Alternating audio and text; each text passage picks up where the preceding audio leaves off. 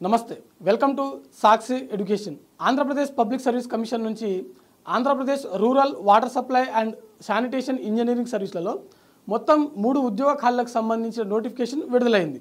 ఈ నేపథ్యంలో వీటికి సంబంధించిన విద్యార్హతలు ఏంటి, ఉండాల్సిన కనీస ఏజ్ లిమిట్ ఏంటి, దాంతో పాటుగా వీటి యొక్క దరఖాస్తు ప్రక్రియ ఎప్పటి నుంచి ఎప్పటి వరకు జరగనుంది, అలాగే సెలక్షన్ ప్రాసెస్ ఏ విధంగా ఉంటుంది అనే దాని గురించి ఈ వీడియోలో తెలుసుకునేటువంటి ప్రయత్నం చేద్దాం। ముందుగా ఈ వీడియోని చూస్తున్నటువంటి ప్రతి ఒక్కరు కూడా ఈ వీడియోని తప్పకుండా లైక్ చేయండి, అలాగే మా ఛానల్ని ఫస్ట్ టైం చూస్తున్నట్లయితే తప్పకుండా సబ్స్క్రైబ్ చేసుకోండి। Andhra Pradesh rural water supply and sanitation engineering సర్వీస్లో అసిస్టెంట్ ఎగ్జిక్యూటివ్ ఇంజనీరింగ్ సంబంధించిన 3 ఉద్యోగ ఖాళీలకు ఈ నోటిఫికేషన్ విడుదలైంది। దీనికి సంబంధించిన భర్తీ ప్రక్రియ ఏ విధంగా ఉంటుంది అని చూసినట్లయితే ముందుగా మనకు ఎగ్జామినేషన్ ప్రాసెస్ నిర్వహించడం జరుగుతుంది, దాంతో పాటుగా కంప్యూటర్ నాలెడ్జ్ టెస్ట్ నిర్వహించడం జరుగుతుంది, ఆ తర్వాత సర్టిఫికేట్ వెరిఫికేషన్, ఆ తర్వాత మెరిట్ లిస్ట్ అనేది రిలీజ్ చేయడం జరుగుతుంది। అయితే వీటికి సంబంధించిన ఏజ్ లిమిట్ చూసినట్లయితే అభ్యర్థులకు కనీసం 18 సంవత్సరాల నుంచి మ్యాక్సిమం 42 సంవత్సరాల వరకు ఉండాల్సి ఉంటుంది। అంటే కనీసం 18 సంవత్సరాలు నిండినటువంటి ప్రతి ఒక్కరు కూడా ఈ పోస్టులకు దరఖాస్తు చేసుకోవచ్చు। మ్యాక్సిమం 42 సంవత్సరాలు దాటినటువంటి అభ్యర్థులు ఈ పోస్టులకు దరఖాస్తు చేసుకోవడానికి అర్హులు కాదు। ఎస్టీ, ఎస్సీ మరియు ఇతర వర్గాలకు చెందినటువంటి అభ్యర్థులకు వయో సడలింపు అనేది ఉంటుంది।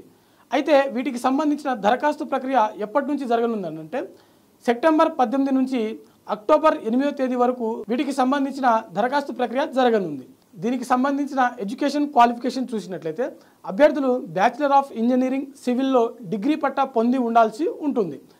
అయితే వీటికి సంబంధించిన ఎగ్జామినేషన్ ప్రాసెస్ చూసినట్లయితే ఇందులో మనకు అభ్యర్థులకు 3 పేపర్లకు గాను ఎగ్జామ్ నిర్వహించడం జరుగుతుంది। ప్రతి పేపరు 150 మార్కులకు 150 ప్రశ్నల చొప్పున నిర్వహించడం జరుగుతుంది।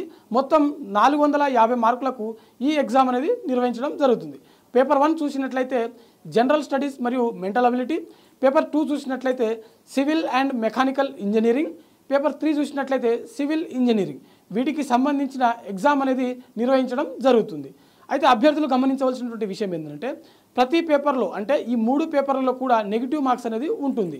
దీంతోపాటు కంప్యూటర్ నాలెడ్జ్ టెస్ట్ను 100 మార్కులకు గాను గంట సమయంతో మనకు ఎగ్జామ్ అనేది నిర్వహించడం జరుగుతుంది।